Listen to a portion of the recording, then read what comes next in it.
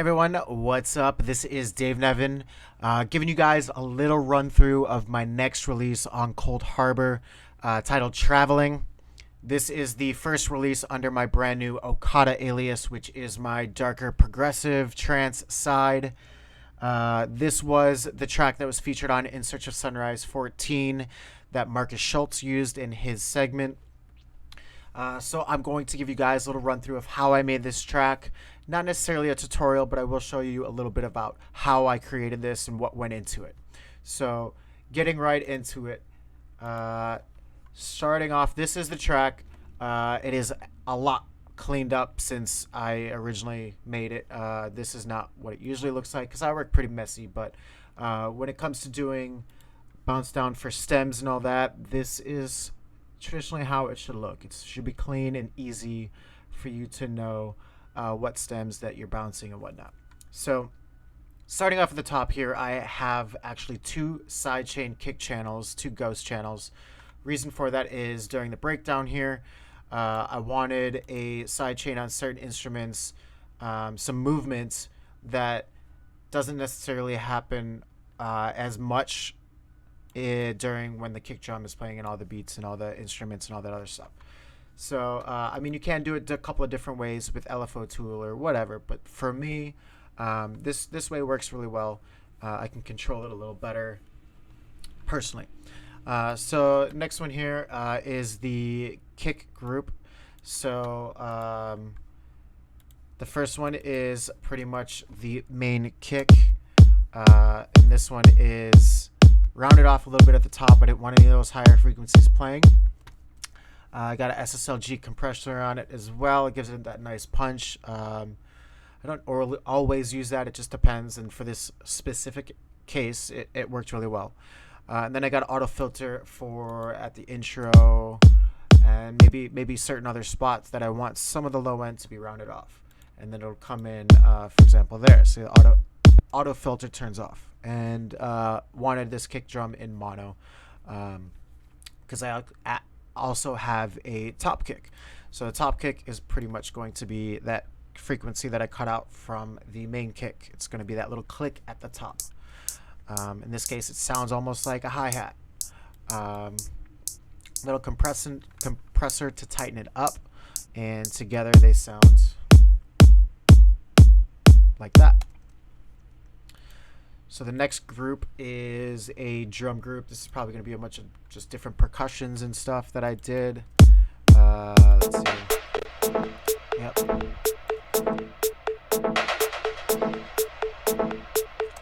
So a lot of times I'll just be going through some of my sample packs and I'll find different sounds that I like.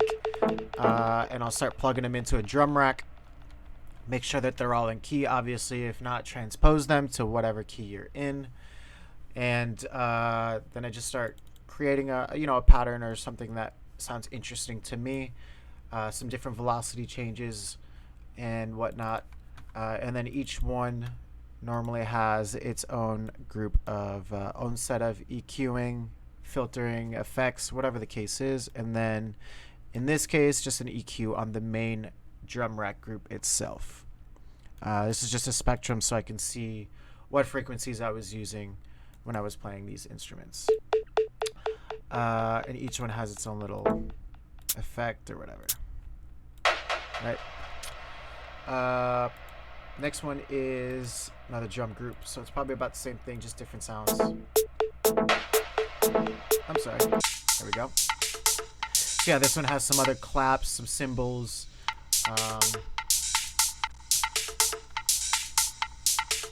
And again, each one has its own set of effects going on. For example, this one has a little bit of auto panning. So every time that knock hits, it kind of moves around your spectrum or your ears. Claps, rides, little closed hi-hat, open, just random sounds that go into this. Right. And this is pretty much the automation per sample for whatever I'm doing. For in this case, it's going to be automating the EQ on this sound. So as you can tell, Slowly cutting off.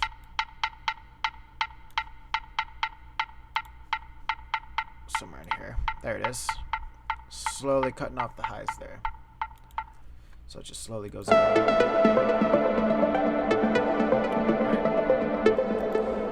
Next is just a snare fill that we have here.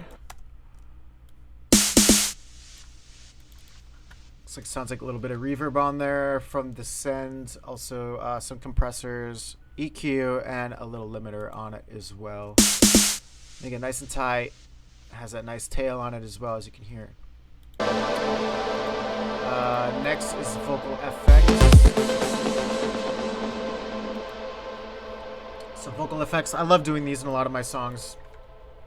This is like just random samples that I find, or even if I do it in synths, render it out, bring it in as audio, save a lot of CPU on that. But these are just gonna be random vocal atmospheres that fit in the key of my track. So together, got a lot of movement going on.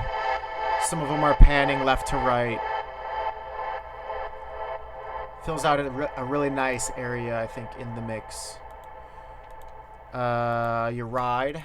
So, but in this case, it's not a traditional ride. This is more of like an FX atmosphere in the background. Gives it some movement as well. So I got a transient shaper on here. It takes out all the attack from it. Ping pong delay to give it movement from side to side. Bunch of reverb.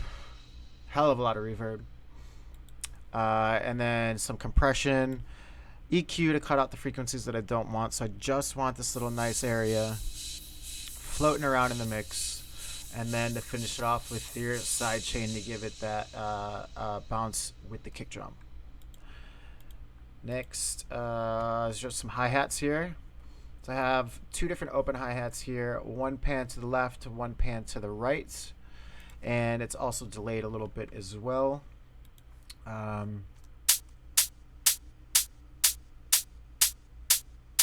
Personally, I feel like with these style tracks, it's very, very important to find the right hi-hat.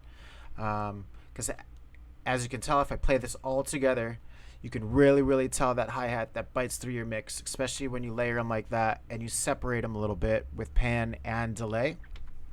Delay, I mean placement. So almost like grooves, so it doesn't necessarily hit on the exact same, right? So playing it all together.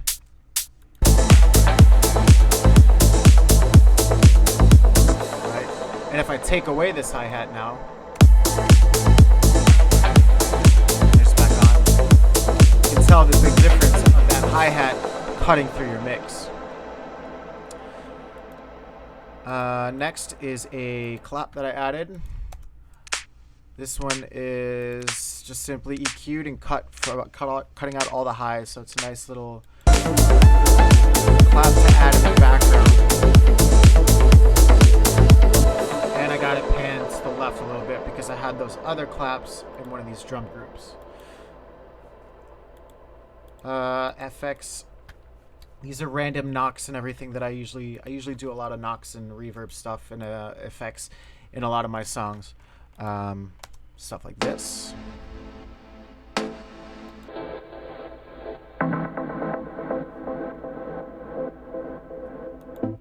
Right.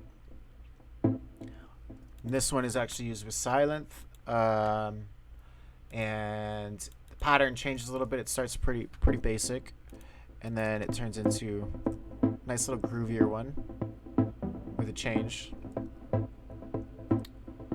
And that's hitting a chord. And then pluck loop. So this is just a cool pluck loop that I found that adds a nice touch. Alright, so all together, let's see, I'll add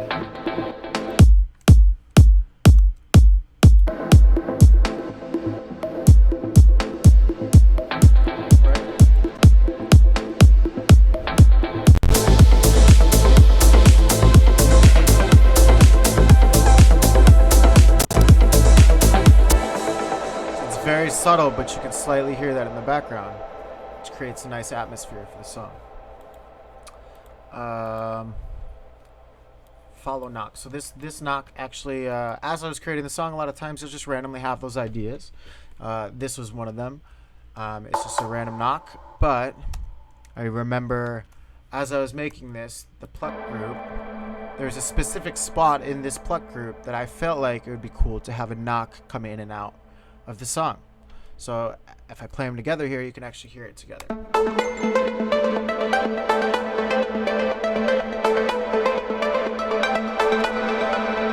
So you can hear how that knock fits really nice with that specific time the pluck hits, right? I'll get into the plucks in a minute here. So top line, this is the pluck top line. It's got a very simple melody. Just up, down, with a little bit of change in there. And then it does change in here during the break as well. Kind of comes up a little bit more. And that is from Spire.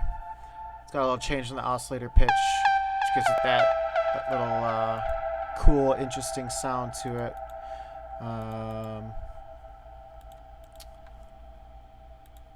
Pads here. So all together.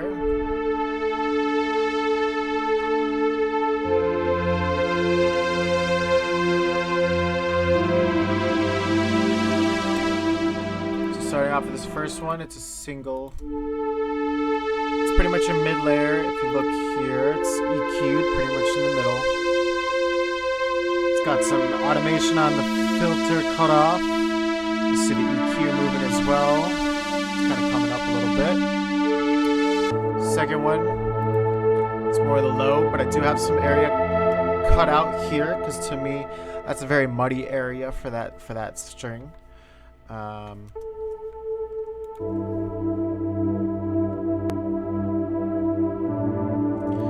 This one I made it in a omnisphere, and for me that just eats up a lot of CPUs, so I actually rendered it out.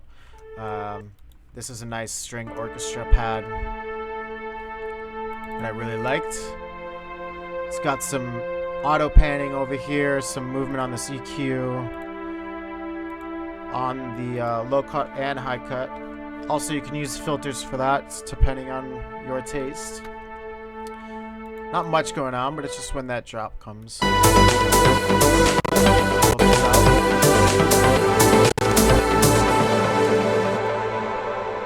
Get a little glitchy here because I am running the recorder right now.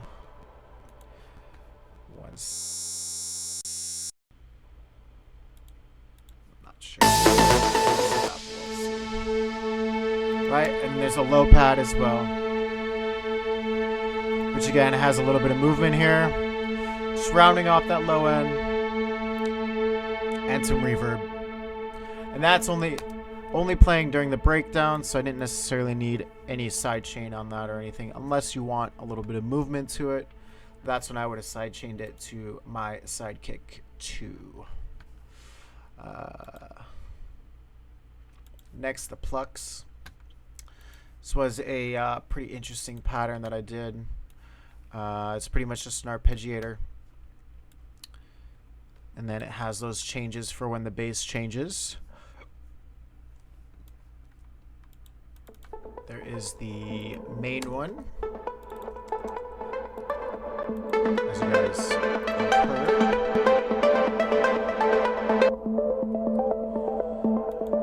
There's a nice delay one, which is just playing in that mid-frequency area. And it looks like I have an automation on the delay wet as well. And then another fill, and I believe, let's see if that, yeah, so this one hits at the same time that knock hits. So if you guys can tell. Right? Sounds really good together.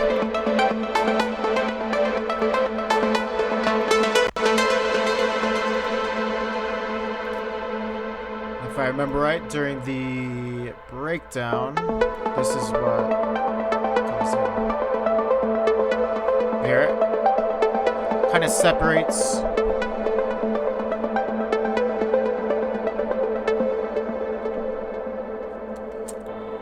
Right.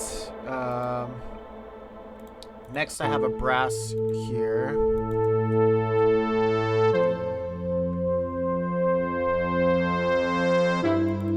Playing a simple pattern.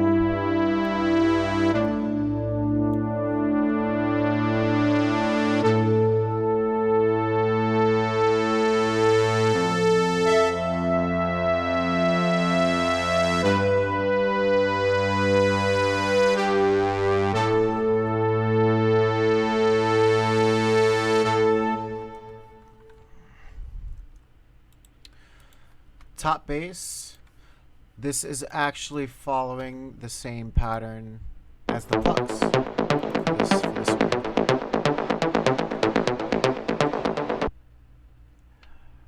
And then there's certain parts where the arp of the bass drops out and it just leaves that bottom one. Right. And then I actually duplicated that track because I wanted the arp of the bass, of the top bass, to separate from that bottom part. So if you could hear here, this part will actually come in, but you can still tell this is only playing the high frequencies. The EQ here is coming out. And this is playing all low. So it separates the two.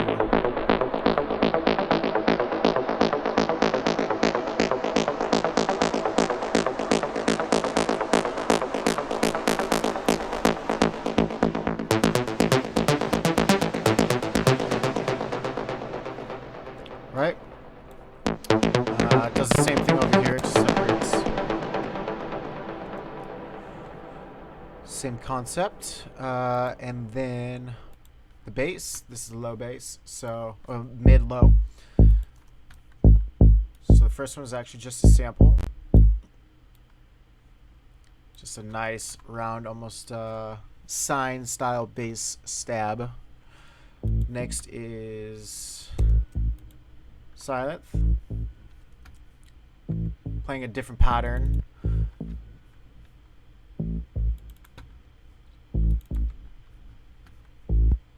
And then the sub.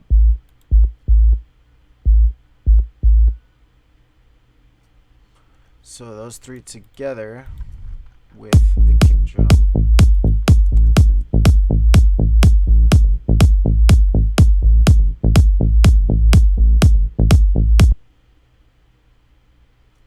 It's really got a nice groove, nice movement to it. And then actually there's a drone bass as well that goes on in that as well. Just playing a very small frequency.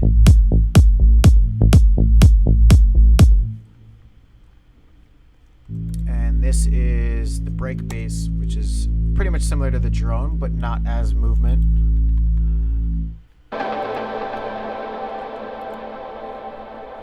And the last group is all the effects, just the random sweeps, crashes, white noise, risers.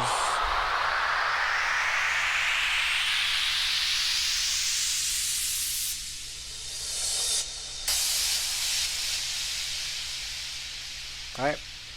Whole lot of reverbs going on, and on the sends here I have a Valhalla reverb, some EQ, and then compressor on the reverb itself, and a simple delay.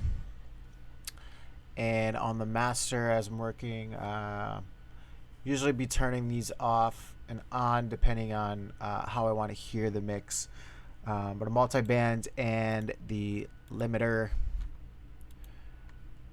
And there you have it. So that is a run through of my track Traveling, coming out October 8th on Coldharbour Recordings. So I hope you guys enjoyed this little run through.